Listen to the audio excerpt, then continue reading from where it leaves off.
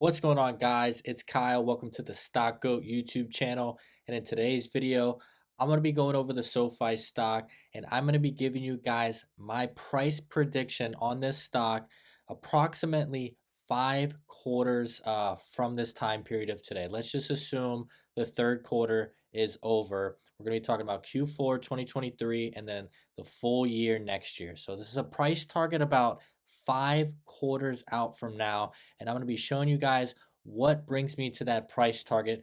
What I want you guys to do for me right now is I want you to drop in the comments section companies that we can do more videos on comparing the companies to SoFi, okay?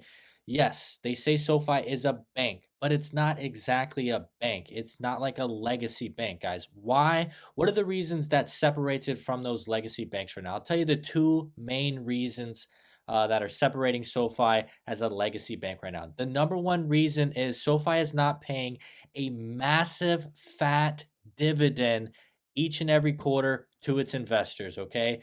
Some of the large legacy banks, that is costing them billions upon billions of dollars when they turn these, crazy billion-dollar profits on the year. So there's no massive dividend out there like these legacy banks right now. Number two is SoFi doesn't have the costs and expenses like these legacy banks with brick and mortar buildings. You're seeing banks close buildings down at, crazy rates right now as fast as they can because they know they're losing money because those brick and mortar buildings aren't getting that crazy foot traffic and it's costing them a lot of money, okay?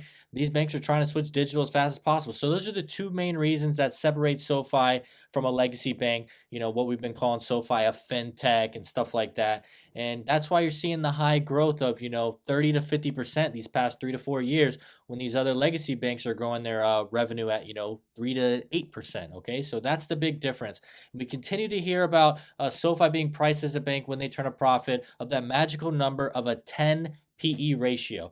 I'm going to show you guys why that is not going to be happening at all. And we're starting to see some of these newer fintech technology players come out and starting to turn profits, and they're getting these excellent PE ratios that we need to start talking about. Of course, a PE ratio is going to be priced on your last 4 quarters, but you can do a new metric of just pricing at your run rate, which they don't really do, on the CNBC and stuff like that until a company has 4 quarters of profits. But we can get a potential PE ratio on SoFi if they turn 1 quarter of profit, just giving them a run rate, maintaining that exact same profit or growing it further. So what I want you guys to do for me is drop me a comment and give me companies that we can compare SoFi to right now. The criteria that I need from you guys is the company has one profitable quarter at a minimum, and the company either consists of a type of lending, trading, financial services, credit cards, and stuff like that. Okay, a comparable company, not a legacy bank with a massive dividend and brick and mortar buildings. Because there's a reason why those companies have those 10 PE ratios because the growth has slowed to a halt. 3 to 8% earnings and revenue. Okay, we're not going to be going that direction, and I'm going to show you guys in this video once again where we're going to be getting a super premium on this stock just from the revenue and the earnings growth. SoFi CEO already said they expect to be growing, EBITDA, which is directly correlated to profits, at the exact same rate of their revenue, around 30%. Okay, so top and bottom line are going to be growing right around the same rate as soon as we turn that profit. So that gives me a great way to calculate this run rate in the future. So be sure to drop a comment and list those companies that you have for me because we're going to be going over those. And I'm going to be going over two companies right now that have some correlation that we can be getting a future price to earnings ratio run rate on SoFi to see if we're getting a good valuation right now. Remember, guys, this is my price target coming out about 5 quarters. So I really think you're going to enjoy this video. Be sure to smash the like button and don't forget to drop a comment if you find any of this information useful. Let's try and get the channel to 15,000 subscribers. Let's get it. So guys, as we can see right now, SoFi is trading at an 8.6 billion market cap, and the company has still not turned a profit yet, but expects to turn a profit in Q4, which is approximately 3 months and 2 weeks away.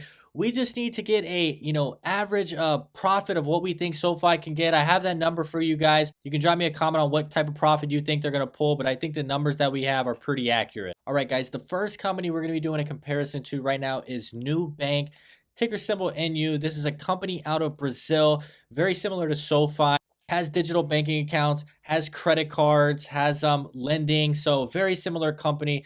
But we're going to be comparing this company to SoFi right now because this company has been turning a profit the past couple of quarters, and we're going to be looking at the run rate on this company right now. So you can see the last 4 quarters going back to September 2022, the net income was 7 million about 4 quarters ago. December 2022, they had a 297 million loss. It could have been from scaling and stuff like that. Not exactly sure why the loss is so big. Another profit of 141 million in March, and then June 224 million. So guys, the PE ratio is going to get the 4 quarters, all packed in together. So you're going to get this big loss right now on your normal PE ratio. Okay, so this is going to come in and hurt the losses for these total of 4 quarters. So you can see the PE ratio right now does say 537. That's how they listed on Wall Street, CNBC, current PE ratio, because they have to pack in all 4 quarters. Otherwise, you're going to be getting some crazy projections. Kind of what we're doing inside of this video, but it's not really a crazy projection, guys. We're just going to be going off that run rate, which is just going off of that last quarter for the company. And you can see that last quarter did knock out $224 million. And the company right now is trading at $34.91 billion.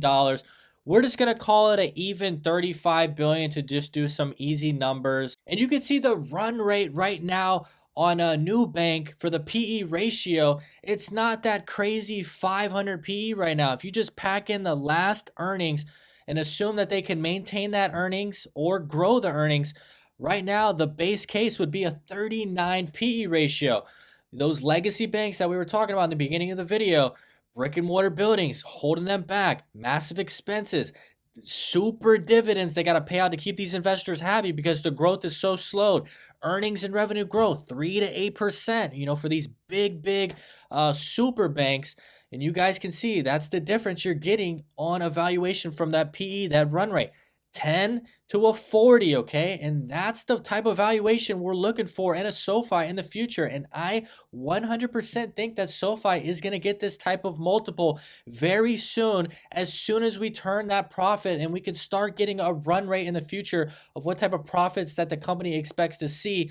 And, that's an easy way to price out, the company just 1 year out, guys. So these are very, very close price targets I'm going to be giving for you today, guys. So as you can see right now, a new bank is pulling about a 40 PE run rate, which is a pretty great valuation in my opinion for the type of growth that they're putting up. Remember, guys, when we're pricing in these fintechs run rates, it doesn't really make sense for the PE ratio to do this run rate and get these types of valuation if the company's not putting up at a minimum 30 to 40% growth. And you can see Nubank's putting up about 100% growth. So to get out of that legacy bank, 10%, 5 to 10% growth, we want to be in the 30, to 100%. Okay, so that's where we're getting these types of valuations. And the second company we're going to be looking at right now is Robinhood, guys. Robinhood has a superior trading platform, guys. This is what they're known for. They are, the best options trader out there on the market from what everybody says. I've traded their options for years on there. I absolutely love it. I just decided to put my money in SoFi because, I'm trying to slow down on trading options. I just want to, do a little bit long-term investing right now, holding, shit. We're just doing a comparison now because a lot of people talk about Robinhood as a fintech, always dropping new products. SoFi and Robinhood both have trading platforms. SoFi has definitely increased their trading platform, doing a lot of different things. And, we're just going to be given a comparison right now because of 2 reasons. One, Robinhood has great growth right now after that bad year of growth in 2022. Their growth is finally starting to pick up. You can see they were at about 1%. So doing these run rates wouldn't make sense. 4%, but you can see the last 2 quarters they picked it up at about 47 to 52%. So these valuations are only going to make sense if they can maintain that type of growth at about 40% plus that I keep talking about, 40, to infinite growth. Okay, so that's the valuation we want to see on these high flying fintech companies. And the second reason why we're doing the comparison right now is because Robinhood has just turned their first profit finally, and it looks like the company does expect to turn profit, going further out. But as you guys can see, we got 25 million going back to 4 quarters ago. We got a negative 175 million loss, 166 million loss, and then a 511 million loss. So it's just assuming that they can maintain that run rate of $25 million plus in earnings net income.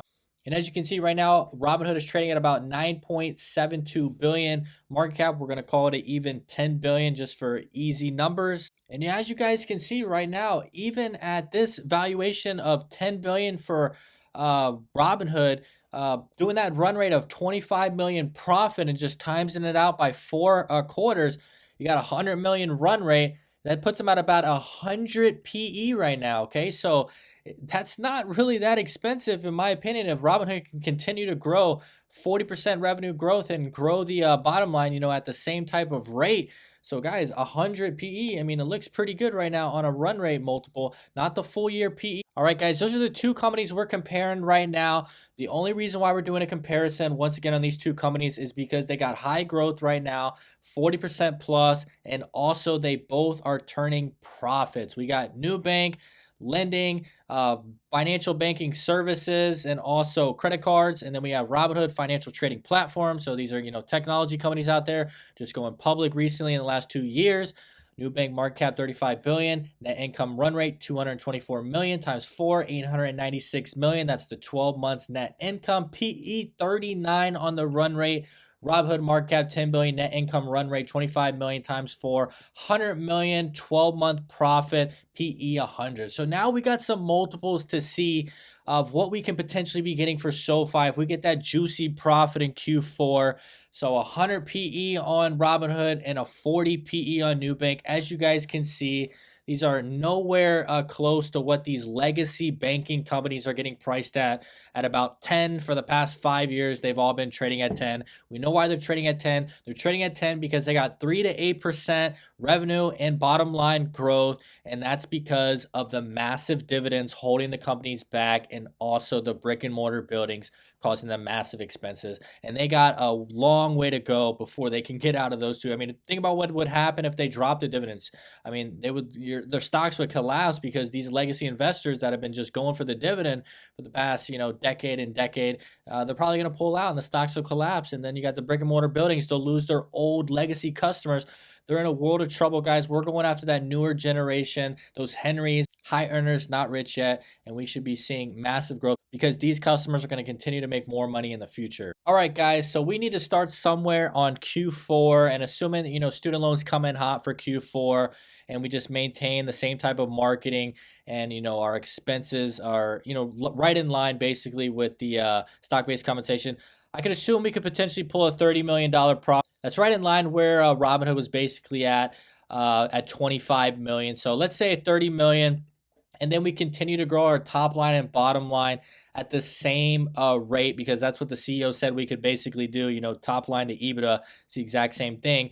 If we could just grow 40 million, 30 million, 30 million, 30 million. The next couple of quarters, you can see the types of profits that SoFi should be pulling in if they can grow that top line revenue 30 to 40%, depending on where we're going next year. 70 million, 100, 130, 160. That's going to give us a run rate of $640 million 6 quarters from now, guys. And that's going to be at the end of 2024, a 640 million run rate. And just showing you the total of what kind of net income we can put in if we minus the Q4, a 460 million net income. So that means the EBITDA would have to come in around like 700 million or so, which is definitely possible because I think this year we're going to go over 400 million if they increase guidance a little bit further. So these numbers are pretty solid of what type of growth we can see, but we're going to be looking at that 640 million run rate. And I just want to assume, of course, not the Robinhood type of PE, but let's just look at the Nubank PE because these companies are very, very similar. And let's see what we would be looking at with a 39 PE ratio. Guys, I don't think 10 PE ratio is going to be anywhere close to what SoFi is going to be getting priced at in the future once they turn a profit because the growth is just night and day from these legacy banks because we don't have those brick and mortar buildings once again and those dividends. That's why you're getting, the freaking quadruple multiple on the PE because the revenue growth is going to continue to stay at a high 30% level the next 5 to 10 years. So that 640 million run rate times 40, guys, that would be a $25 billion, 600 million company. And I'm talking about 5 quarters, 6 quarters out from now, once we finish up Q3, guys, the end of next year. So what we're going to do is take the outstanding shares of 940 million, get us to about a 25 billion market cap, guys. That gives us a $26 price target. And that's pricing us right at the same run rate as Nubank right now. And I believe Nubank is trading at about $35 billion, guys. So as you can see, I think SoFi can grow closer and closer to Nubank in about 6 quarters. So I think, Nubank is basically like 2 years ahead of SoFi as far as, how large of a company it is. Okay. So these are very, very possibility of a price target we could be getting. Just looking at the valuation, I mean, this would still put us under $10 billion from Nubank. We just need another 5 quarters to see if this run rate could play out. So what I want you guys to do, once again, is just take a look at these types of numbers on net income. Is Q4 30 million profit a good rate to start this valuation at, to start getting these run rates for SoFi? Guys, it's time to start pricing in a potential PE ratio. I mean, we are literally about 3 months out from turning a profit. This can give people and investors a better valuation of how to price this company. Once again, anyone thinking SoFi is going to be priced at a 10 PE ratio, the market always will tell the price target. And I'm telling you right now, you're not going to be seeing these legacy banks going all in on SoFi. It's going to be, the big, big whales and hedge funds out there that see the multiple growth, the multiple expansion, and we're looking at these types of PEs is what we want to be seeing in the future, guys. So that's what I'm talking about, guys. That's why you're invested in the stock. You're not invested in this stock for them to have a 10 PE ratio showing 5 to 8% growth the next 10 years. You're looking for this company to pull a decade of 30% growth on the top and bottom line. Once again, guys, I'm going to go with a 40 PE ratio is what I'm looking for in the next 6 quarters. If you made it to the end of the video, I want to say I really do appreciate it, guys.